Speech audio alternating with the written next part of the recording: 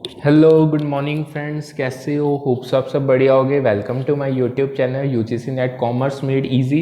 यहाँ पे आपको पेपर 1 जनरल पेपर और पेपर 2 कॉमर्स का कंप्लीट सिलेबस कवर अप करवाया जा रहा है। दिसंबर के लिए ऑलरेडी फ्री बैच स्टार्ट हो चुका है। उसमें आपको यूनिट 1 से लेकर 10 तक दोनों पेपर्स का यानी टोटल 20 यूनिट्स का कंप्लीट सिलेबस कवर अप करवाया जाएगा free of cost. Daily basis में स्ट्रक्चर्ड वे पे यूट्यूब पे क्लासेस कंडक्ट होती हैं। पीडीएफ नोट्स इंग्लिश और हिंदी दोनों लैंग्वेजेस में अवेलेबल है। डेली क्विज सीरीज चलती हैं, वो भी इंग्लिश और हिंदी दोनों लैंग्वेजेस में अवेलेबल है free of cost. Previous year questions करवाए जा रहे हैं। जस्ट आपको करना क्या है, एक तो आप अपना टेलीग्राम चैनल ज्वाइन कर दो फॉर पीडीएफ, जिसका लिंक डिस्क्रिप्शन में है, और जो यूट्यूब चैनल है वहाँ पे क्लासेस कंडक्ट होती हैं उसको भी जो ज्वाइन कर लो। सो इन शॉर्ट दोनों चैनल्स को सब्सक्राइब, लाइक और शेयर कर दो, दोनों ही आपके लिए बेनिफिशियल है। जैसे कि आपको पता है हम अपनी आज हमारे पेपर 2 कॉमर्स की क्लास है, जिसमें हमने unit number 4 business finance start की हुई है। आज उसकी लास्ट क्लास होगी, बिल्कुल लास्ट टॉपिक रह गया जिससे हमारी यूनिट पूरी कंप्लीट हो जाएगी। सो स्टार्ट करते हैं। हमने आज का जो टॉपिक है वो है इंटरनेशनल फाइनेंशियल मार्केट और इंस्ट्रूमेंट्स, जिसमें हम यूरो करेंसी, जीडीएस और एडीएस करेंगे। सो 100-200 पीस पे अप्रॉक्स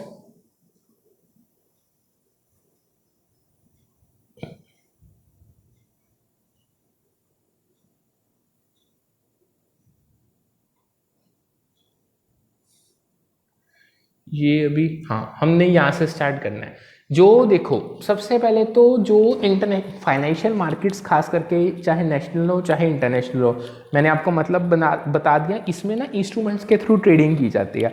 अब जो ये इंटरनेशनल फाइनेंशियल मार्केट और इंस्ट्रूमेंट्स है ना, ये बहुत इंपॉर्टेंट रोल प्ले करते हैं ग्लोबल कैपिटल फ्लोस को फैसिलिटेट करने में। मगर मान लो, अगर कहने का मतलब क्या हुआ है, यानी अगर आपने फॉरेन से पैसा उठाना है या फॉरेन की किसी कंट्री ने इंडिया से पैसा उठाना है, यानी उसके इन्वेस्टर्स इंडिया में या इंडियन कंपनी के इन्वेस्टर्स फॉरेन में है, तो ये होता है ग्लोबल कैपिटल फ्लोस। यानी पैसा जब एक कंट्री से दूसरी कंट्री में जाता है वो कैपिटल फ्लो होता है। ये बेसिकली इन्वेस्टमेंट्स होते हैं जो इंटरनेशनल लेवल पे की जाते हैं। तो इसमें इंटरनेशनल फाइनेंशियल मार्केट्स और इंस्ट्रूमेंट बहुत इंपॉर्टेंट रोल प्ले करते हैं। सबसे पहले आती है यूरो करेंसी। क्या है, देखो, जो यूरो करेंसी है ना, ये ऑफिशियल करेंसी है यूरो जोन की। अब ये यूरो जोन क्या है? यूरो जोन, इसमें ना 19 कंट्रीज हैं, यानी 19 कंट्रीज मेंबर हैं। यानी ये बेसिकली यूरोपियन यूनियन कंट्रीज हैं जो इसके मेंबर हैं। जो यूरो था ना, इसको 1999 में इंट्रोड्यूस किया गया था, और इसे मैनेज कौन करता है? European central bank. यानी और इवन जो ये यूरो है ना, इसे मिलियंस ऑफ पीपल अपनी डेली ट्रांजैक्शंस के लिए यूज करते हैं, और ये एज एक रिजर्व करेंसी है। मतलब इसको एक आर्टिफिशियली बनाया गया था, ठीक है।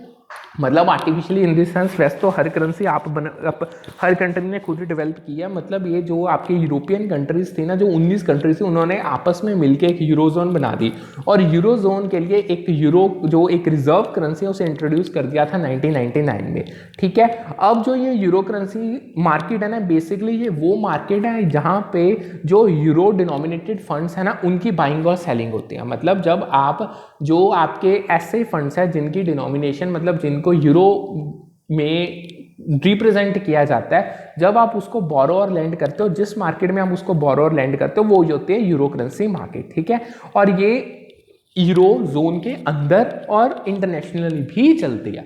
मतलब ये नहीं अकेला कि यूरो जोन ने अगर इसको डेवलप किया तो ये अकेली यूरो जोन के लिए है, यानी इंटरनेशनली भी ट्रांजैक्शंस जो यूरो में डिनोमिनेटेड फंड्स हैं जो उनकी ट्रांजैक्शंस है वो कंडक्ट की जाती हैं, ठीक है। आगे हमारे पास आते हैं जीडीआर, जिनको हम ग्लोबल डिपॉजिटरी रिसिप्ट्स के नाम से जानते हैं। जो ये ग्लोबल डिपॉजिटरी रिसिप्ट्स है ना, ये नेगोशिएबल फाइनेंशियल इंस्ट्रूमेंट्स है। मतलब इनको भी बेचा और खरीदा जा सकता है। नेगोशिएबल तभी का वर्ड यूज होता है, और ये रिप्रेजेंट करते हैं आपकी ओनरशिप कंपनी में। इन शॉर्ट ये कहीं ना कहीं इक्विटी शेयर्स क्या जैसा ही फॉर्मेट है इनका। मतलब जब हम शेयर्स को थ्रू जीडीएस या एडीएस करते हैं, वो ये चीज बन जाता है।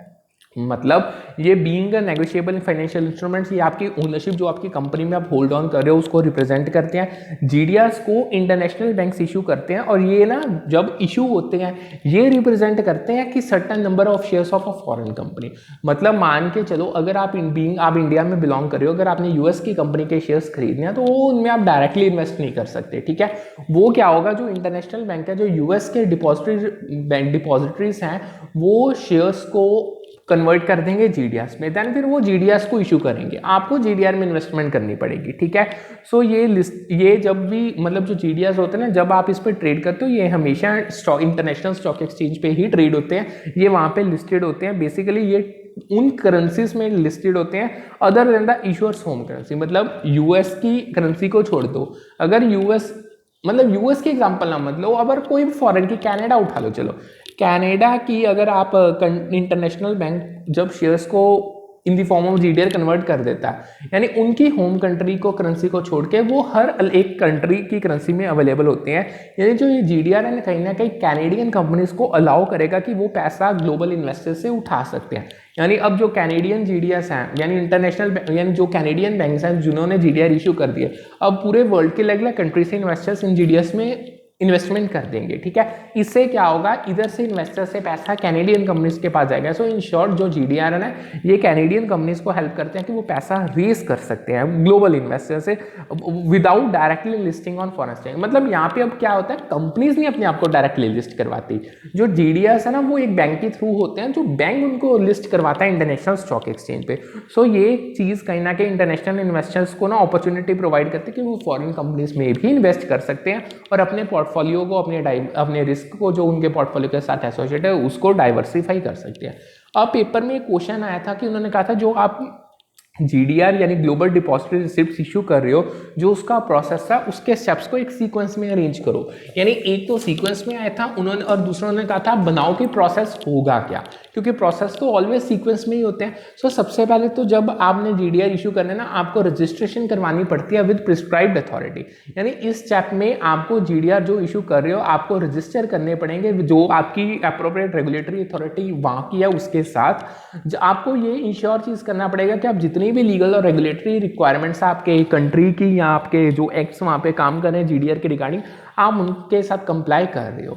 नेक्स्ट आपको अप्रूवल मिलेगा रेगुलेटरी अथॉरिटीज के, यानी जब आपने रजिस्ट्रेशन करा दी जीडीआर इशू की, तो आपको जो जीडीआर आपने इशू करने हैं उसको अप्रूव होना पड़ेगा। यानी उनको जो आपकी रेगुलेटरी अथॉरिटी है ना वो अप्रूव करेंगी, जो रिस्पॉन्सिबल है ओवरसीइंग सिक्योरिटीज या कैपिटल मार्केट। यानी अब ये रेगुलेटरी अथॉरिटीज वो अथॉरिटीज हैं जो जितनी भी सिक्योरिटीज या कैपिटल मार्केट्स में मतलब जितनी भी वहाँ की प्रैक्टिसेस जो उनको देखते हैं कि मतलब वहाँ पे कुछ गलत तो नहीं हो रहा है, ये वो रेगुलेटरी अथॉरिटीज होती हैं। तीसरा स्टेप आता है appointment and investing of shares with the custodian. देखो जब एक बार जो आपको रेगुलेटरी अप्रूवल मिल गया, ठीक है, जो इशूइंग कंपनी है ना वो एक कस्टोडियन अपॉइंट कर लेती है जिसके पास जो होल्ड करता है ये अंडरलाइन शेयर्स को और इशू कर देता है GDR on behalf of the investors. बड़ा सिंपल है, जब अप्रूवल आ गया रेगुलेटरी का, यानी जो इशूइंग कंपनी है उसने कस्टोडियन हायर कर लिया, कस्टोडियन शेयर्स को अपने पास रख लेगा, उसके बदले में जीडीआर इशू कर देगा on behalf of the investors. और उसके बाद होती है जीडीआर की अलॉटमेंट, यानी जीडीआर को अलॉट कर दिया जाता है इन्वेस्टर्स को जिन्होंने इंटरेस्ट दिखाया कि भाई वो ये जीडीआर को परचेज करना चाहते हैं। यानी जो अलॉटमेंट प्रोसेस है वो ये इंश्योर करता है कि जो इन्वेस्टर है यानी जो जीडीआर में इंटरेस्ट दिखा रहे हैं, जो इन्वेस्टमेंट करना चाहते हैं फॉरेन कंपनी में, उनको जितना भी अप्रोप्रिएट नंबर है जीडीआर का उनकी इन्वेस्टमेंट के बेसिस पे उनको दे दिया जाए। ठीक है, लास्ट स्टेप आता है लिस्टिंग ऑफ जीडीआर। देखो जब एक बार जीडीआर को अलॉट कर दिया गया उसके बाद इनको ना लिस्ट करवा दिया जाता है रिकॉग्नाइज्ड स्टॉक एक्सचेंज में, जहाँ पे इनको ना फ्रीली ट्रेड आप इनमें कर सकते हो। मतलब अगर जब ये लिस्ट हो जाएंगे स्टॉक एक्सचेंज में तो इनको बेचा और खरीदा इजीली जा सकता है। ठीक है, सो बेसिकली इन शॉर्ट अगर मैं बहुत सिंपल लाइन में बताऊं तो ये एक ऐसे इक्विटी इंस्ट्रूमेंट्स हैं जिनको ओवरसीज मार्केट में इशू किया जाता है और लिस्ट और ट्रेड किया जाता है ऑन बोर्सेस पे ओवर द काउंटर बेसिस पे। ठीक है, यानी ऑन द काउंटर इनको बेचा और इनको खरीदा जाता है। ठीक है, समझ आ गया। अब आगे ना कुछ रीजंस है, that is reasons put fourth for control over activities of international bank. यहाँ पे मैंने आपको बताया ना कि इंटरनेशनल बैंक्स का जिक्र हुआ कि वो जीडीआर को इशू करते हैं, बट कुछ ऐसे भी कारण है जो मतलब जो ये कारण ये चीज बताते हैं कि जो इन इंटरनेशनल बैंक्स की एक्टिविटीज में ना कंट्रोल करना बहुत जरूरी है। देखो सबसे पहले तो जो ये बैंक्स है ना ये इन्फ्लेशन इनकरेज करते हैं, मतलब ये इन्फ्लेशन को बढ़ाते हैं, ये मतलब महंगाई बढ़ाते हैं। अब ये बढ़ाएंगे कैसे, क्योंकि ये कंटिन्यूसली जो मनी सप्लाई का स्टॉक है ना उसमें ऐड करते ही रहते हैं क्रेडिट क्रिएशन से।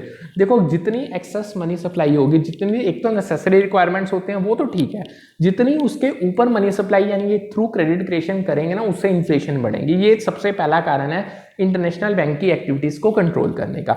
दूसरा है कि जो ये बैंक्स है ना ये कई बार क्या करते हैं, ये बैंक को ही फेल करवा देते हैं, यानी रिस्पॉन्सिबल है बैंक फेलियर्स के लिए, क्योंकि ये जो डिपॉजिटर्स हैं ना उनके इंटरेस्ट होता है, दैट मार द इंटरेस्ट ऑफ डिपॉजिटर। मतलब ये डिपॉजिटर्स को इंटरेस्ट देते ही नहीं है, मतलब ये बैंक्स कई बार बैंक इनका ही फेलियर हो जाता है खुद का। ठीक है, या दूसरे बैंक्स को ये फेल करवा देती है। ठीक है, they cause unmanageable indebtedness among the borrowing governments by charging high interest rate. अब ये इंटरनेशनल बैंक्स हैं, यानी इनसे गवर्नमेंट्स भी बोरो करेंगे। अब ये गवर्नमेंट्स की क्रेडिबिलिटी को हिला देते हैं, उनको ना कर्जे में और डुबा देते हैं। क्यों? देखो, एक तो गवर्नमेंट को उस कंट्री को पैसे की जरूरत है, ये पैसा तो दे देंगे बट ये ना extra ordinary interest rate charge करते हैं, बहुत ज्यादा इंटरेस्ट रेट। अब देखो, जो गवर्नमेंट इनसे पैसा मांग रही है वो इतनी पोजीशन में होगी कि वो इंटरेस्ट रेट्स इनको हायर पे कर पड़े। सो ये चीज कहीं ना कंट्रीज को, गवर्नमेंट्स को इन डेप्थ में ले आ जाती है। सेकंड है कि ये जो क्रेडिट एलोकेशन पॉलिसी होती है ना होस्ट गवर्नमेंट की, ये उसको अधेयर नहीं करते, ये उसको अवॉइड करते हैं, ये उसको टाइम पे मीट नहीं करते। ठीक है, अब यहाँ पे हुआ क्रेडिट क्रिएशन का जिक्र। क्रेडिट क्रिएशन की कुछ लिमिटेशंस हैं, यानी जब इंटरनेशनल बैंक्स क्रेडिट क्रिएट करते हैं ना, ये मनी सप्लाई का स्टॉक में बहुत ऐड कर देते हैं, जिससे इन्फ्लेशन होती है। अब जो ये लिमिटेशंस है क्रेडिट क्रिएशन की, ये पेपर में बहुत बार पूछी गई है। देखो, सबसे पहले आती है कि जो amount of cash that commercial bank possesses bank need to maintain. अब देखो, पहली लिमिटेशन है क्रेडिट क्रिएशन के लिए कुछ परसेंटेज कैश की बैंक को अपने पास रखनी पड़ती है, यानी बैंक को एक ना कुछ कैश रिजर्व मेंटेन करना पड़ता है आपके पास, जो टाइम आने पे अगर मान लो डिपॉजिटर्स अपना पैसा विड्रॉल करने आ जाए तो वो उनकी नीड्स को मीट कर पाएगा।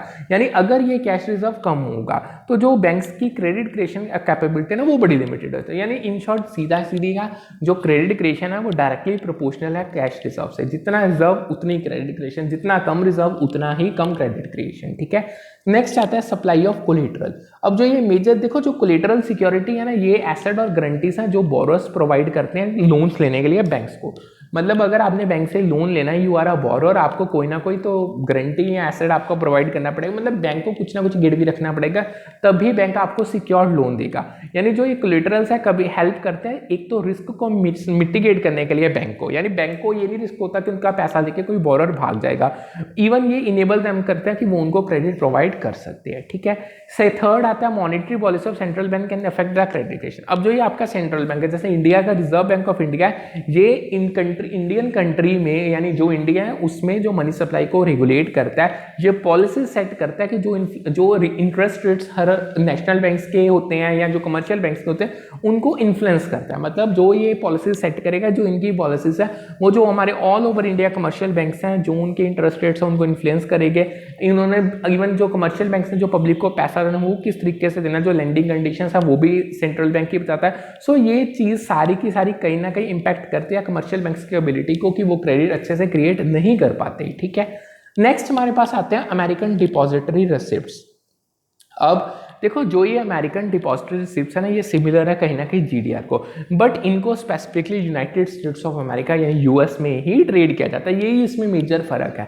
अब जो ये एडीआर है ना, ये वो सर्टिफिकेट्स हैं जो यूएस डिपॉजिटरी बैंक इशू करते हैं, यानी ये भी अगेन रिप्रेजेंट करते हैं कुछ नंबर ऑफ शेयर्स जो एक फॉरेन कंपनी के होते हैं। ठीक है, यानी ये कहीं ना कहीं यूएस इन्वेस्टर्स को अलाउ करते हैं कि वो इजिली इन्वेस्ट कर सकते हैं फॉरेन कंपनीज में without the need to engage in cross border transaction. अगर यूएस का कोई बंदा किसी फॉरेन कंपनी में इन्वेस्टमेंट कर सकता है, मतलब करना चाहता है, वो एडीआर के थ्रू इजीली इन्वेस्ट कर सकता है, उसको अपने आप डायरेक्टली अपने लेवल पे कोई डायरेक्ट क्रॉस बॉर्डर ट्रांजैक्शन करने की जरूरत नहीं है। अब जो ये एडीआर्स हैं ये यूएस के हैं, सो इनको यूएस स्टॉक एक्सचेंज पे ही ट्रेड किया जाता है, यानी इनको कोट और सेटल यूएस डॉलर में किया जाता है। ये कहीं ना कहीं फॉरेन कंपनीज को एक्सेस प्रोवाइड करते हैं यूएस कैपिटल का। मतलब अगर तो आपने यूएस से पैसा उठाना, मतलब यूएस को छोड़कर जितनी बाकी कंट्रीज हैं उनको एक्सेस मिल जाता है कि यूएस कैपिटल को उठा सकते हैं, यानी यूएस कैपिटल मार्केट्स को टैप ऑन कर सकते हैं। इससे एक तो उनकी यूएस यानी जो कंपनी की विजिबिलिटी है, मतलब वो कंपनी यूएस के इन्वेस्टर्स की आंखों के सामने आ जाती है कि भाई ये कंपनी में भी इन्वेस्टमेंट कर सकते हैं। सो इन शॉर्ट जो ये जीडीआर और एडीआर दोनों ही इंटरनेशनल कंपनीज को ग्लोबल कैपिटल मार्केट का एक्सेस प्रोवाइड करते हैं, चाहे आप जीडीआर इशू करो चाहे एडीआर इशू करो। एडीआर होंगे यूएस के लिए, जीडीआर सारों के लिए। ठीक है, सो ये आपको पूरी ग्लोबल जो आपकी कैपिटल मार्केट है, पूरी वर्ल्ड की कैपिटल मार्केट, उसके एक्सेस मिल जाता है, आपकी लिक्विडिटी इनहेंस हो जाती है क्योंकि आपको टाइम पे एकदम अच्छे से सही इंटरेस्ट रेट्स पे पैसा मिल जाएगा। आप अपने जो इन्वेस्टर बेस है ना उसको और लंबा चौड़ा कर सकते हो, यानी आप अपने इन्वेस्टर्स में से अपने इन्वेस्टर बेस में फॉरेन के इन्वेस्टर्स को भी इंक्लूड कर सकते हो। सो ये चीज़ इन्वेस्टर्स को अलाउ करती। अब ये तो फिर मैंने जो भी बताया ये तो कंपनी का था। अब सेम चीज़ जो है, जो एडीआर और जीडीएस है, ये आपके इन्वेस्टर्स को भी बेनिफिट करते हैं। एक तो वो अपना पोर्टफोलियो डाइवर्सिफाई कर सकते हैं फॉरेन सिक्योरिटीज में इन्वेस्ट करके without dealing with the complexities of foreign exchange and currency. यानी अगर आपके फॉरेन इन्वेस्टर्स को अब जब वो एडीआर और जीडीआर के थ्रू इन्वेस्टमेंट्स करते हैं ना फॉरेन कंपनी से, उनको कोई बर्डन नहीं फेस करना पड़ता। यानी जो फॉरेन एक्सचेंज रेट फ्लक्चुएशंस हो रही है, जो करेंसीज हो रही है, उनको इनसे कोई लेना देना, जो इनकी कॉम्प्लेक्सिटीज है वो इससे बच जाते हैं। ठीक है, अब एक लाइन थी वो उसको सुनो ध्यान से। वो क्या कह रहे हैं, after the US dollar the currency with the largest weightage in determining the value of special drawing rights is euro. US dollar को छोड़ दो, उसके बाद जो सबसे बड़ी करेंसी है यानी जिसकी लार्जेस्ट वेटेज है आपकी स्पेशल ड्रॉइंग राइट्स को डिटरमाइन करने में, वो है यूरो की। ये पेपर में बहुत बार पूछा गया। अब जो एसडीआर क्या है, ये जो एसडीआर है ना, ये एक इंटरनेशनल रिजर्व एसेट है जिसे आईएमएफ ने क्रिएट किया है और इसका जो बेस है ना वो है बास्केट ऑफ मेजर करेंसीज। मतलब अगर आप इस इंस्ट्रूमेंट जो ये रिजर्व एसेट जिसको एसडीआर के नाम से जाना जाता है, स्पेशल ड्रॉइंग राइट्स के नाम से जाना जाता है, बीइंग क्रिएटेड बाय आईएमएफ, इसके बेस में जो बास्केट में जो मेजर करेंसीज हैं उनमें एक तो यूएस डॉलर आ गया, यूरो आ गया, चाइनीज युआन आ गया, रेनबिन्मी, जापानीज येन आ गया और ब्रिटिश पाउंड हो गया। यानी ये सारे उसकी बास्केट में, ये सारी करेंसीज उसमें हैं। ठीक है, जीडीआर मैंने बता दिया, एडीआर मैंने आपको बता दिया। ठीक है, अब आगे बढ़ते हैं। आगे हमारा जो टॉपिक आता है वो है इंटरनेशनल आर्बिट्रेज और मल्टीनेशनल कैपिटल बजटिंग का। देखो इंटरनेशनल आर्बिट्रेज क्या होता है। जो इंटरनेशनल आर्बिट्रेज है ना, ये एक ऐसी प्रैक्टिस है जिसमें हम जो प्राइस डिफरेंसेस या इनएफिशिएंसीज है ना हमारी फाइनेंशियल मार्केट्स में अलग अलग कंट्रीज के बीच में, हम उनको एक्सप्लॉइट करके रिस्क फ्री प्रॉफिट्स बनाते हैं। यानी देखो एक चीज तो ध्यान श्योर है, प्राइस डिफरेंसेस तो होंगे due to exchange rate fluctuations. ठीक है, अब जो फाइनेंशियल मार्केट्स हैं वो बिल्कुल एफिशिएंट तो है नहीं, कहीं ना कहीं कोई तो लूप होल मिल ही जाएगा, उनकी इनएफिशिएंसी पता चल ही जाती है हर कंट्री के बीच में। यानी जब हम इन दो चीज़ों का फायदा उठा के अपनी ऐसा काम करते हैं जिससे हमें रिस्क फ्री प्रॉफिट होते हैं ना, यानी वो तब हम इंटरनेशनल आर्बिट्रेज में अपने आप को इंडल्ज कर रहे हैं। सो इसमें क्या होता है, इसमें ना साइमल्टेनियसली बाइंग और सेलिंग, इकट्ठी एक टाइम पे बाइंग और सेलिंग की जाती है फाइनेंशियल इंस्ट्रूमेंट्स की, करेंसीज की या कमोडिटीज की अलग अलग मार्केट्स में, ताकि जो हमें प्राइस डिफरेंशियल्स का फायदा मिल सके। यानी जो ये प्रोसेस है इंटरनेशनल आर्बिट्रेज का, ये आपको एक तो चीज में हेल्प करता है कि आप प्राइजेस को अलाइन कर सकते हो। ठीक है, और आपकी जो मार्केट इनएफिशिएंसीज हैं आप उनको एलिमिनेट कर सकते हो। मतलब ये फायदा भी कह लो, मतलब आप एडवांटेज लेके कहीं ना कहीं मार्केट को भी एफिशिएंट बना रहे हो। ठीक है, अब इसमें कुछ मेजर पॉइंट्स आते हैं। देखो सबसे पहला आता है तो प्राइस डिफरेंसेस। अब जो ये इंटरनेशनल आर्बिट्रेज अपॉर्चुनिटी ये तब ही अराइज होती हैं जब डिस्क्रिपेंसीज होंगी आपके प्राइसेस में आइडेंटिकल या सिमिलर एसेट्स के या इंस्ट्रूमेंट जो डिफरेंट मार्केट में। मान लो अगर आपका same product, almost same instrument कह लो या आइडेंटिकल या सिमिलर इंस्ट्रूमेंट कह लो, अगर उसका प्राइस दो कंट्रीज में, दो मार्केट्स में अलग अलग है, यानी ये डिस्क्रिपेंसी राइज होगी, तो आप इस डिस्क्रिपेंसी का फायदा उठा के इंटरनेशनल आर्बिट्रेज अपॉर्चुनिटी आपके लिए बन जाती है, आप अपना रिस्कलेस प्रॉफिट अर्न कर सकते हो। यानी जो ये प्राइस डिफरेंसेस होते हैं ना, ये कई ऐसे फैक्टर्स हैं जिनको जो इन प्राइस डिफरेंसेस को राइज देते हैं, जैसे exchange rate fluctuations, exchange rate दो कंट्रीज का डिफरेंट हो जाता है, उनके इंटरेस्ट रेट्स ऊपर नीचे होते हैं, टैक्सेशन की डिस्पैरिटीज होती हैं, रेगुलेटरी कॉन्स्टिट्यूएंट्स अलग अलग है उनके, यानी उनकी रेगुलेटरी इन्वायरमेंट अलग अलग है, जो रेगुलेटरी बॉडीज हैं वो डिफरेंट है। अब सेकंड मेजर की एस्पेक्ट आता है आर्बिट्रेज मैकेनिज्म। देखो जो ये आर्बिट्रेज प्रोसेस है ना, इसमें टिपिकली क्या होता है, जो आपका अंडर वैल्यूड एसेट है एक मार्केट में उसको बाय किया जाता है और साइमल्टेनियसली उसी को ही हायर प्राइस पे दूसरी मार्केट में सेल कर दिया जाता है। यानी ये प्रोसेस तब तक चलता है जब तक वो प्राइस डिस्क्रिपेंसी खत्म ना हो जाए। मतलब एक मार्केट में जो एसेट का प्राइस कम है वहां से बाय कर लो, जहां पे उसका एसेट प्राइस ज्यादा वहां पे सेल कर दो, अनटिल एंड जब तक ये प्राइस डिफरेंस खत्म ना हो जाए ना, तब तक ये प्रोसेस को करते ही रहते हैं। यानी इससे क्या होगा, इक्विलिब्रियम आपका रिस्टोर हो जाएगा, यानी दोनों मार्केट्स में आपका उस एसेट का प्राइस बराबर हो जाएगा। सो ये जो आर्बिट्रेगर्स होते हैं, ये मैंने आपको बताया था कि कौन बंदे हैं, ये कैपिटलाइज करते हैं दीज प्राइस डिफरेंशियल्स को और quickly executing trades and profits from the convergence of prices. यानी वो जो ये डिफरेंसेस हैं उनको कैपिटलाइज उस पर करेंगे, उससे क्या होगा, एक तो ट्रेड क्विकली ये करेंगे, बहुत जल्दी जल्दी ये ट्रेड, तभी तो उन्होंने स्टार्टिंग में कहा कि साइमल्टेनियसली आप बाय और सेल कर देते हो, इससे उनका क्या होगा, एक तो इक्विलिब्रियम रिस्टोर हो जाएगा और वो प्रॉफिट्स भी अर्न कर लेंगे। तीसरा मेजर आता है रिस्क फ्री प्रॉफिट। अब जो ये आर्बिट्रेगर्स हैं इनका मेन लक्ष्य यही होता है कि इन्होंने रिस्क फ्री प्रॉफिट्स बनाने हैं, यानी प्रॉफिट भी हो बट कोई रिस्क भी ना हो। अब ये क्या करते हैं, ये मार्केट इनएफिशिएंसीज को एनिबलेट कर देते हैं without taking any market risk. Market risk को बिना बियर करके ये मार्केट की ही इनएफिशिएंसी से एलिमिनेट करते हैं। बट जो ये आर्बिट्रेज अपॉर्चुनिटीज होती है ना, ये बहुत कम टाइम के लिए होती हैं, ठीक है, क्योंकि जो मार्केट पार्टिसिपेंट है वो क्विकली ही इनको खत्म कर देते हैं। मतलब आप ये नहीं कह सकते कि ये जो प्राइस डिफरेंशियल्स है ये लंबे समय तक चलेंगे, बहुत लिमिटेड टाइम के लिए चलते हैं, क्योंकि इनको क्विकली इन पे जो मार्केट आर्बिट्रेटर्स हैं वो प्राइस डिफरेंसेस पे ट्रेड करना स्टार्ट कर देते हैं, जिससे रैपिड एडजस्टमेंट हो जाती है प्राइसेस की, ठीक है। आगे आती हैं आर्बिट्रेज स्ट्रेटेजीज, ठीक है। अब जो ये डिफरेंट टाइप्स की आर्बिट्रेज स्ट्रेटेजीज होती हैं, मतलब जो आर्बिट्रेज का प्रोसेस कैरी आउट करने के लिए आपको अलग अलग स्ट्रेटेजीज फॉलो करनी पड़ती हैं, जिनमें सबसे पहले स्पेशल आर्बिट्रेज आती है, यानी इसमें आप प्राइस डिफरेंसेस जो ओरिजिनेट हो रहे हैं अक्रॉस ज्योग्राफिकल सेपरेटेड मार्केट, यानी जो मार्केट्स अलग अलग जगह पे हैं, अब उन अलग अलग जगह के कारण उनमें प्राइस डिफरेंशियल्स होंगे, उनके प्राइस अलग अलग होंगे, सो आप उनको एक्सप्लॉइट करते हो।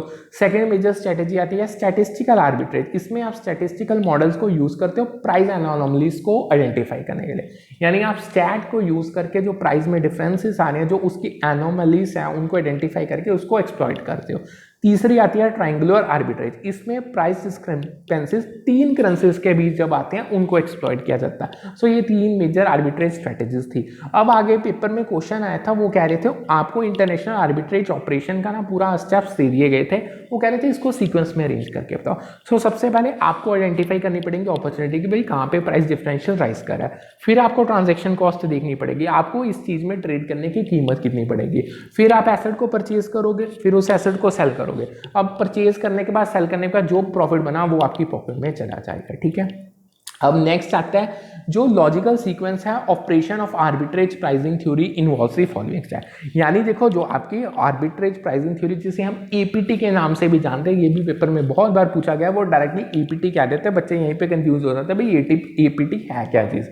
सो ये बेसिकली आर्बिट्रेज प्राइसिंग थ्योरी है। अब इसका उन्होंने कहा था आप जो ये ऑपरेशन है यानी जिस तरीके से ये काम करते हैं उसको ना एक लॉजिकल सीक्वेंस में अरेंज कर दो, ठीक है। देखो सबसे पहले तो आपको मैक्रो इकोनॉमिक फैक्टर्स को आइडेंटिफाई करना पड़ता है, यानी जब एपीटी में जो फर्स्ट स्टेप है वो यही है कि आपके जो रेलेवेंट मैक्रो इकोनॉमिक फैक्टर्स है ना, यानी जो पूरी इकोनॉमी लेवल पे इफेक्ट कर रहे हैं आप उनको आइडेंटिफाई करो, यानी ये वो हैं जो एक्सपेक्टेड टू इन्फ्लुएंस एसेट, यानी वो चीज फैक्टर्स है जो आपकी एसेट रिटर्न्स है, मतलब जो अगर आप इन्वेस्टमेंट कर देते हो जो उससे आपको रिटर्न्स मिलने वाली है उसको ये इम्पैक्ट उस पर डालेंगे। इन फैक्टर्स में इंटरेस्ट रेट्स आ जाती हैं कंट्री के, क्या इंटरेस्ट रेट्स प्रिवेल कर रहे हैं, इन्फ्लेशन रेट्स क्या चल रहे हैं, जीडीपी ग्रोथ रेट कितना है, एक्सचेंज रेट्स दो करेंसीज के बीच में क्या चल रहे हैं।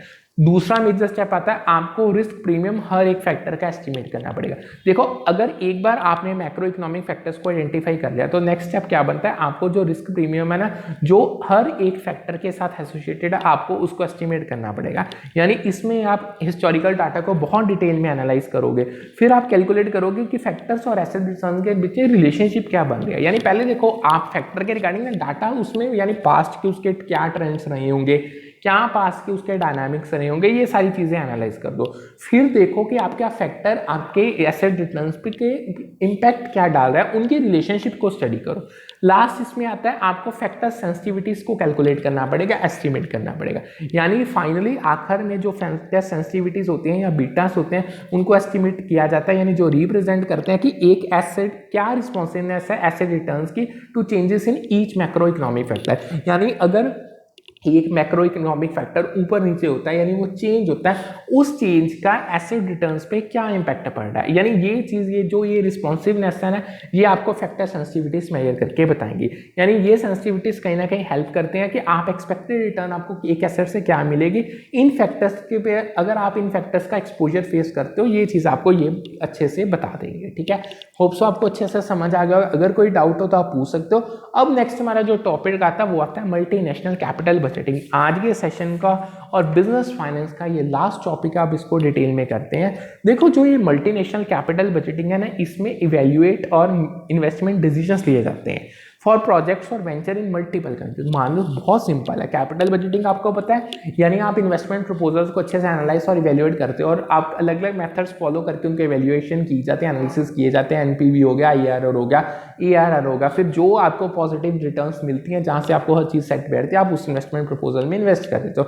सेम तरीके से जो मल्टीनेशनल कैपिटल बजटिंग है इसमें इन्वेस्टमेंट डिसीजंस यानी जो वेंचर्स या प्रोजेक्ट्स आपको अलग अलग कंट्रीज में अब मिल रहे हैं आप उन सभी को इवैल्यूएट करते हो और जिस कंट्री में आपको हर चीज़ बेस्ट सूट बैठी है, आप वहाँ पे इन्वेस्टमेंट कर देते हो, इसीलिए इसे मल्टीनेशनल कैपिटल बजटिंग कहा जाता है। यानी इसमें प्रोसेस आता है पूरा कि आपको इन्वेस्टमेंट अपॉर्चुनिटी जो आपको अलग अलग कंट्रीज में मिल रही है, आप उनको किस तरीके से एनालाइज करोगे, उनको आपस में कंपेयर कैसे करना है, किन किन फैक्टर्स को आपको देखना है, यानी इन फैक्टर्स में अब क्या क्या आ सकते हैं, कैश फ्लोस हो सकते हैं, कॉस्ट कितनी पड़ रही है, इन्वेस्टमेंट आउटले कितना है, रिस्क आपको कितना बियर करना पड़ेगा, आपको इन्वेस्टमेंट की रिटर्न कितनी मिलेंगे।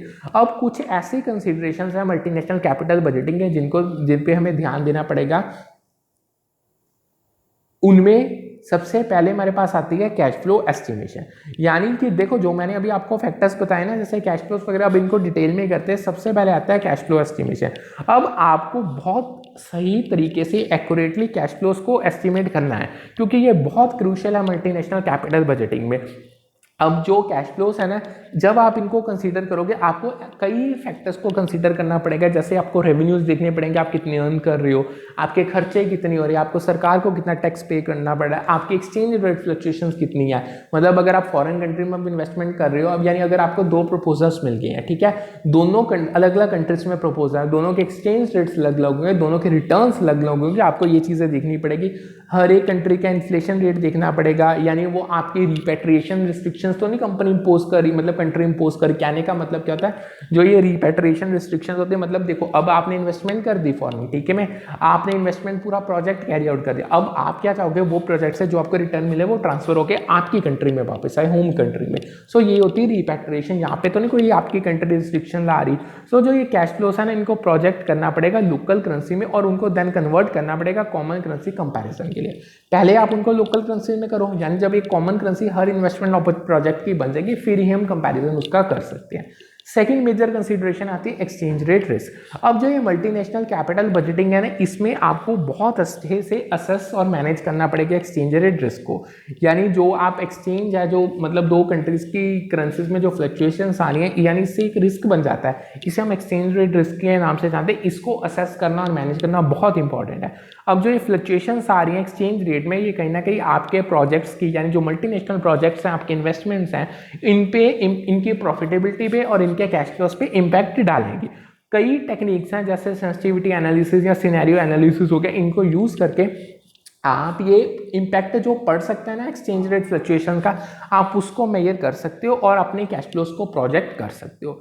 तीसरी मेजर आता है कॉस्ट ऑफ कैपिटल, यानी आपको कीमत क्या पड़ रही है मल्टीनेशनल इन्वेस्टमेंट करने की। अब ये भी वेरी करती है अकॉर्डिंग टू कंट्री, ठीक है, क्योंकि हर कंट्री के अपने इंटरेस्ट रेट्स हैं, अपने उनके टैक्स रेट्स हैं, हर कंट्री के अपने स्पेसिफिक रिस्क हैं। सो आपकी कॉस्ट ऑफ कैपिटल यानी जो आपको कीमत पड़ेगी इन्वेस्टमेंट की, वो भी अलग अलग है, ठीक है। सो बहुत इंपॉर्टेंट है कि आपको कंट्री स्पेसिफिक फैक्टर्स को कंसीडर करना पड़ेगा, तभी आप एक एप्रोप्रिएट डिस्काउंट रेट अपनी प्रेजेंट वैल्यूज को फाइंड आउट करने के लिए फाइंड कर पाओगे, और आप कॉस्ट ऑफ कैपिटल को भी तभी कैलकुलेट कर पाओगे अगर आपने मल्टीनेशनल प्रोजेक्ट्स को इवैल्यूएट करना है। आपको इन फैक्टर्स को बहुत ध्यान से ऑब्जर्व करना पड़ेगा।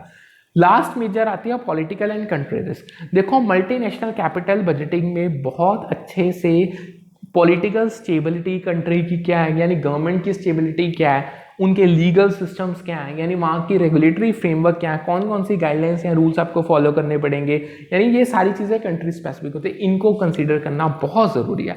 अगर तो कंट्री पॉलिटिकली इनस्टेबल है, गवर्नमेंट की पॉलिसीज में बहुत ज़्यादा चेंजेस आ रहे हैं, इकोनॉमिक कंडीशंस वहाँ की अच्छी नहीं है, ये सारी चीज़ें आपकी मल्टीनेशनल इन्वेस्टमेंट्स की प्रॉफिटेबिलिटी, सक्सेस और ग्रोथ पे इम्पैक्ट डालेंगी। यानी अगर ये चीज़ें एक कंट्री में बहुत बुरी हैं, वहाँ की गवर्नमेंट नहीं अच्छी, वो आपको फेवर नहीं कर रही, उसमें पॉलिसीज में डेली चेंजेस आ रहे हैं, इकोनॉमिक कंडीशन नहीं फेवर कर रही, आप कभी भी सक्सेस कर ही नहीं पाओगे, ठीक है। आगे बढ़ते हैं, आगे आता है capital rationing and capital allocation, ठीक है। अब जो ये आपकी मल्टीनेशनल कंपनीज है ना, अब ये चीज़ तो देखो हर बंदे के पास पैसा लिमिटेड है, मतलब जो कैपिटल रिसोर्सेज वो लिमिटेड होते हैं, आपने उन्हीं कैपिटल रिसोर्सेज को एलोकेट करना है अलग अलग इन्वेस्टमेंट अपॉर्चुनिटीज में डिफरेंट कंट्रीज में। सो कहीं ना कहीं यहाँ पे आपको कैपिटल रैशनिंग टेक्निक्स यूज करनी पड़ेगी, जैसे आपको रैंक प्रोजेक्ट्स को रैंक करना पड़ेगा उनकी प्रॉफिटेबिलिटी के बेसिस पे, आपको रिस्क एडजस्टेड डिस्काउंट रेट्स को यूज करना पड़ेगा, तभी आप कहीं ना कहीं ऑप्टिमल कैपिटल एलोकेशन कर पाओगे, क्योंकि पैसा लिमिटेड है। अब लगाना वहाँ पे जहाँ पे रिटर्न्स भी मिले, प्रॉफिटेबिलिटी भी मिले, रिस्क भी कम हो, सो ये सारी चीज़ों को आपको अच्छे से सॉल्व आउट करना पड़ेगा। अब एक पेपर में क्वेश्चन आया था, वो कह रहे थे कुछ ऐसे मेजर फैक्टर्स उन्होंने आपको ऑप्शंस में दे दिए, वो कह रहे थे चूज करके बताओ कि ये इनमें से कौन से फैक्टर हैं जो कैपिटल रैशनिंग की तरफ लेके जाएंगे, आपको लीड करेंगे टू कैपिटल रैशनिंग। सबसे पहले तो आती है इम्परफेक्शन ऑफ कैपिटल मार्केट। देखो जो कैपिटल मार्केट जहाँ पे ये सब ट्रेडिंग होती है ना सिक्योरिटीज की या फाइनेंशियल इंस्ट्रूमेंट्स की, जो इनमें इम्परफेक्शंस है, जैसे यहाँ पे एक तो आपके पास लिमिटेड अवेलेबिलिटी है फंड्स की, जो ट्रांजेक्शन कॉस्ट है वहाँ पे ट्रेड करने की वो बहुत ज़्यादा है, या रिस्ट्रिक्टेड एक्सेस है कैपिटल का, ये सारी चीज़ें कहीं ना कहीं कैपिटल राशनिंग की तरफ आपको लेके जाती हैं। Second, reluctance to broaden the equity share base for fearing of losing. देखो जब कंपनीज बहुत अवॉइड करते हैं, वो रिलेक्टेड है, वो करना ही नहीं चाहते कि वो एडिशनल इक्विटी शेयर्स को इशू नहीं करना चाहते, क्योंकि उनको कहीं ना कहीं डर है कहीं पे उनकी जो कंपनीज की ओनरशिप है वो ज़्यादा डिल्यूट ना हो जाए, यानी उनका कंट्रोल ना चला जाए, वो कैपिटल इक्विटी शेयर्स के थ्रू अवॉइड करते हैं, वो इशू करना ही नहीं चाहते। तो ये चीज़ भी कहीं ना कहीं आपको कैपिटल रैशनिंग की तरफ लेके जाती है, ठीक है। नेक्स्ट हमारे पास आता है इनएबिलिटी टू मैनेज। जो अगर तो आपकी जो मैनेजमेंट कैपेबिलिटीज हैं या जो रिसोर्सेज हैं वो इनएडिक्वेट है, मतलब आपके पास इतनी काबिलियत ही नहीं, आप अच्छे से अपने कैपिटल रिसोर्सेज को मैनेज कर पाओ, तो ये चीज़ भी आपको कैपिटल रैशनिंग की तरफ लेके जाएगी, क्योंकि ये वो कंपनीज हैं जो अपने एडिशनल कैपिटल को इफेक्टिवली यूज कर ही नहीं पाएंगी अपनी ग्रोथ के लिए, ठीक है। लास्ट मेजर फैक्टर्स आता है deficiencies in market information which might affect the availability of capital. देखो अगर आपके पास मार्केट की इंफॉर्मेशन ना तो एक्यूरेट है ना रिलायबल है, तो ये कहीं ना कहीं जो आपकी कैपिटल की अवेलेबिलिटी है ना उस पर इम्पैक्ट डाल सकती है, क्योंकि जो इन्वेस्टर्स हैं वो हेजिटेंट होंगे, यानी वो झिझकेंगे अपने फंड्स को प्रोवाइड करने के लिए, क्योंकि आप उनको इन्फॉर्मेशन प्रोवाइड ही नहीं कर पा रहे। आपके पास मार्केट की इन्फॉर्मेशन नहीं है, जो आपके पास माइनर इन्फॉर्मेशन है वो रेलेवेंट नहीं है, वो एक्यूरेट नहीं है, यानी आप इन्वेस्टर्स को आगे कोई इन्फॉर्मेशन दे ही नहीं पा रहे हो। सो इन्वेस्टर्स भी बहुत ज़्यादा कंफ्यूज हो जाएंगे, वो भी ट्राई करेंगे आपको वो फंड्स ना दें, वो भी आपकी कंपनी में इन्वेस्टमेंट करना अवॉइड ही करेंगे, ठीक है। नेक्स्ट हमारे पास आता है ट्रांसफर प्राइसिंग का कॉन्सेप्ट। देखो ट्रांसफ़र प्राइसिंग का प्रोसेस भी बहुत इंपॉर्टेंट है आपको, मतलब ट्रांसफ़र प्राइसिंग का टॉपिक ही काफ़ी इंपॉर्टेंट है, आपको इसको अच्छे से करना पड़ेगा। सो करते हैं, देखो ट्रांसफ़र प्राइसिंग, देखो जो मल्टीनेशनल कैपिटल बजटिंग है ना, इसमें ना ट्रांसफ़र प्राइसिंग जो इश्यूज अराइज होते हैं ना ट्रांसफ़र प्राइसिंग में, उनको भी कंसीडर करना पड़ता है। अब बेसिकली जो ये ट्रांसफ़र प्राइसिंग है ये होता है, आप refers to the determining the prices at which goods services and intangible assets are transferred between entities within the same multinational company.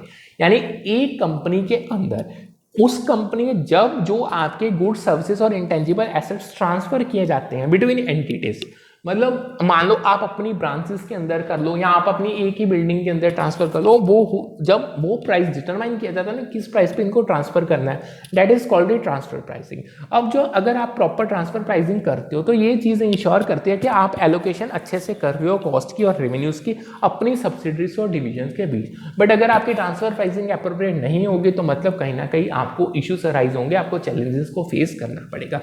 सो ये मल्टीनेशनल कैपिटल बजटिंग है ना, ये बहुत कॉम्प्लेक्स प्रोसेस है जिसमें बहुत केयरफुल एनालिसिस करने पड़ेंगे, अलग अलग कंट्री स्पेसिफिक फैक्टर्स को कंसीडर करना पड़ेगा जो कि हर कंट्री के अपने अलग होते हैं, आपको एप्रोप्रिएट टेक्निक्स को अप्लाई करना पड़ेगा, तभी आप इन्वेस्टमेंट अपॉर्चुनिटी जो आपको अलग अलग बॉर्डर्स पे मिल रही हैं उनको आप इवेल्युएट कर पाओगे, ठीक है।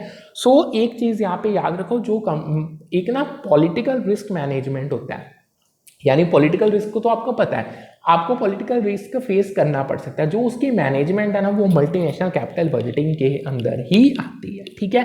मल्टीनेशनल कैपिटल बजटिंग मैंने आपको बता दिया, यानी अब एक बार मैं आपको पॉलिटिकल रिस्क का मतलब भी बता देता हूँ। देखो जो पॉलिटिकल रिस्क है ना, ये बेसिकली वो रिस्क है जो तब अराइज होता है जब एडवर्स पॉलिटिकल इवेंट्स हों, यानी पॉलिटिकली गलत इवेंट्स कंडक्ट किए जाएं, एक्शंस उनके गलत हों, इंस्टेबिलिटी हो, यानी जो कहीं ना कहीं मल्टीनेशनल कंपनीज के ऑपरेशंस और प्रॉफिटेबिलिटी पे इम्पैक्ट डालें।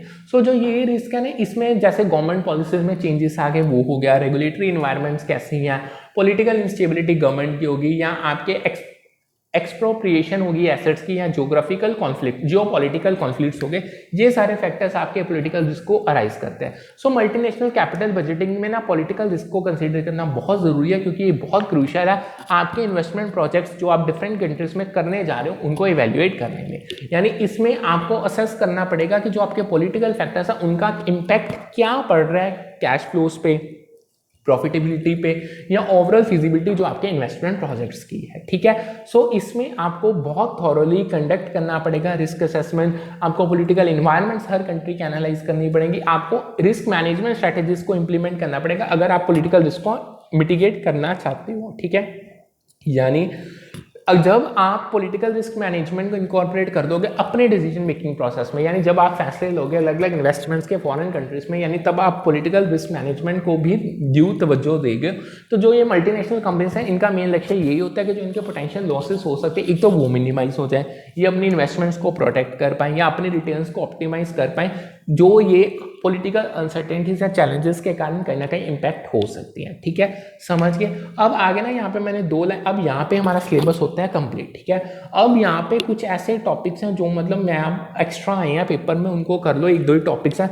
देखो सबसे पहले मैंने आपको net income approach capital structure decision की तो ये तो करवा दी थी, यानी ये एक लाइन लिखी है, वो क्या कह रहे हैं, जो आपकी नेट इनकम अप्रोच है ना, ये कैपिटल स्ट्रक्चर डिसीजन के लिए रेलेवेंट है, वैल्यूएशन उस डिसीजन के अकॉर्डिंग वैल्यूएशन फॉर्म के। और इसका मतलब क्या होगा, यानी जो ये कैपिटल स्ट्रक्चर ये होता है मिक्स ऑफ डेट है इक्विटी फाइनेंस की कितना है एक कंपनी का, जो इम्पैक्ट डाल रहा है नेट इनकम और ओवरऑल वैल्यू ऑफ फर्म पे, ठीक है।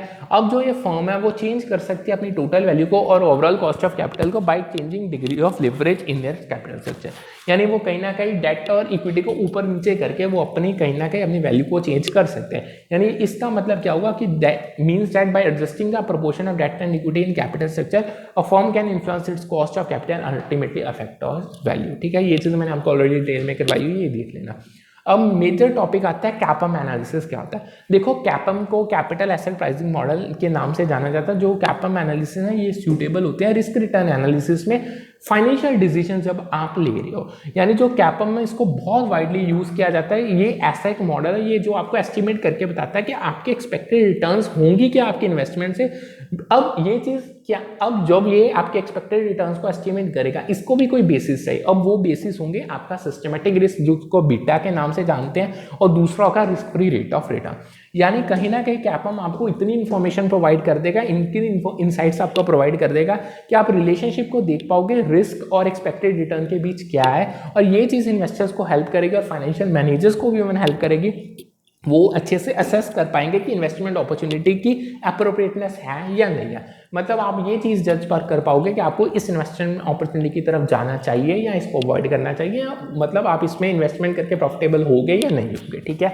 अब कुछ कमिटीज आई थी, ये ना मैचिंग का क्वेश्चन आया था, उन्होंने आपको कमिटीज के यानी नाम दिए हुए थे और उनकी डिस्क्रिप्शन दूसरी लिस्ट में दी हुई थी। वो कह रहे थे इनको मैच करो, बस इतने इनकी इसका हर बार मैचिंग का ही आया, इसके डिटेल में जाने की जरूरत नहीं। देखो जो YV रेडी कमेटी है basically rationalization of interest rate on small saving, यानी जो आप स्मॉल सेविंग्स कर रहे हो जो उस पर इंटरेस्ट है उसको किस तरह से रेशनलाइज करना है, ये इन्होंने बताया था। नेक्स्ट है राशिद जिलानी कमेटी, इन्होंने revised method of lending in place of cash credit system, यानी वो कह रहे थे आप जो कैश क्रेडिट सिस्टम की यूज कर रहे हो उसको रिवाइज करके ना एक न्यू मेथड लेके आओ अपनी जगह पे।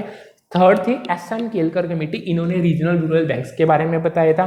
द फोर्थ थी IT वैस कमेटी, ये वर्किंग कैपिटल जो आप लैंड कर रहे हो ना उसके नॉर्म्स इन्होंने बनाए थे। सो ये नेम्स आपको याद रखने पड़ेंगे। अब आगे एक और इंपॉर्टेंट लाइन आती है, finance for exporting companies as a part of major programmes of Exim bank of India includes, यानी देखो जो आप एक्सपोर्टिंग कंपनीज है जो उनको फाइनेंस प्रोवाइड कर रहे हो अपने मेजर प्रोग्राम का, जो आपके मेजर प्रोग्राम का यानी जो एक्सिम बैंक है यानी export import bank of India है, उसके जो मेजर प्रोग्राम्स का पार्ट है उसमें आप टर्म लोन्स दे रहे हो, वर्किंग कैपिटल दी जाती है और ओवरसीज इन्वेस्टमेंट फाइनेंस की जाती है, ठीक है। आगे आता है post shipment credit refers to credit provided to exporters after shipment of good. देखो जो पोस्ट शिपमेंट क्रेडिट होता है ना, ये वो क्रेडिट है जो आप एक्सपोर्टर्स को प्रोवाइड देते हो जब एक बार उन्होंने अपनी शिपमेंट कर दिया, यानी जब शिपमेंट होगी, वर्ड आगे पोस्ट यूज इसलिए किया गया, शिपमेंट होने के बाद आप उनको क्रेडिट प्रोवाइड कर रहे हो। आगे नेक्स्ट क्या था, the most popular route of privatization adopted by government of India in recent decades is strategic sale, यानी क्या कर रहे हैं, अगर देखो आपको पता है LPG पॉलिसी के दौरान प्राइवेटाइजेशन की जा रही है। अब जो गवर्नमेंट ऑफ इंडिया का सबसे ज्यादा पॉपुलर रूट है ना प्राइवेटाइजेशन करने का, वो है स्ट्रेटेजिक सेल। यानी स्ट्रेटेजिक सेल में क्या होता है, जो गवर्नमेंट है ना वो अपने इक्विटी शेयर्स जो उसके पब्लिक सेक्टर एंटरप्राइज में उनको प्राइवेट एंटिटी को या किसी और पब्लिक सेक्टर एंटरप्राइज को सेल कर देते हैं। यानी ओनरशिप जब ट्रांसफर होती है इससे क्या होता है, प्राइवेट एंटिटी को कंट्रोल मिल जाता है मैनेजमेंट का, यानी वो मैनेज करेगी जो जिसकी ओनरशिप सेल हुई है और ऑपरेशन उसी एंटरप्राइज से, ठीक है। नेक्स्ट आता है FX spot refers to agreement between two parties to buy one currency against selling another currency at an agreed price for settlement and future है, यानी फॉरेन स्पॉट है। इसमें आप क्या करते हो, ये एक ऐसा एग्रीमेंट है जिसमें दोनों पार्टीज एग्री कर जाते हैं कि वो एक एग्रीड प्राइस पे स्पॉट डेट पे एक बंदा करेंसी बेचेगा, दूसरा बंदा उस करेंसी को खरीदेगा, ठीक है। नेक्स्ट आता है last line, the maturity date of forward contract is typically more than 2 business days in future, यानी जो आपके फॉरवर्ड कॉन्ट्रैक्ट कर रहे हो, जो मैंने आपको बहुत डिटेल में कराए थे, जो उसकी मैच्योरिटी डेट है ना, वो टिपिकली 2 दिन ज़्यादा होती है फ्यूचर में, ठीक है। सो यहाँ पे हमारी बिजनेस फाइनेंस की यूनिट पूरी कंप्लीट होती है, फुल सिलेबस उसका कंप्लीट होता है अलॉन्ग विद जितने इंपॉर्टेंट क्वेश्चंस जो पेपर में प्रीवियस ईयर में क्वेश्चंस में आए थे, ठीक है। सो इसकी पीडीएफ आपको इंग्लिश और हिंदी में टेलीग्राम चैनल पे अवेलेबल है। डेली क्विज इसका इंग्लिश जो हमारे क्विज सीरीज चल रही है उसका इंग्लिश और हिंदी में पीडीएफ जो वो भी आपको टेलीग्राम चैनल पे अवेलेबल है। सो जस्ट दोनों चैनल्स ज्वाइन कर लो। अब यहाँ पे हमारी बिजनेस यूनिट की चौथी यूनिट कंप्लीट होती है। अब 5th यूनिट हम स्टार्ट करेंगे अपनी परसों, क्योंकि अब अल्टरनेट क्लासेस कंडक्ट कर रहा हूँ। कल पेपर 1 की क्लास लगाएंगे। सो करते हैं आज का सेशन वाइंड अप। कल मिलते हैं with a new session with a new set of topics. Good evening, have a nice day ahead.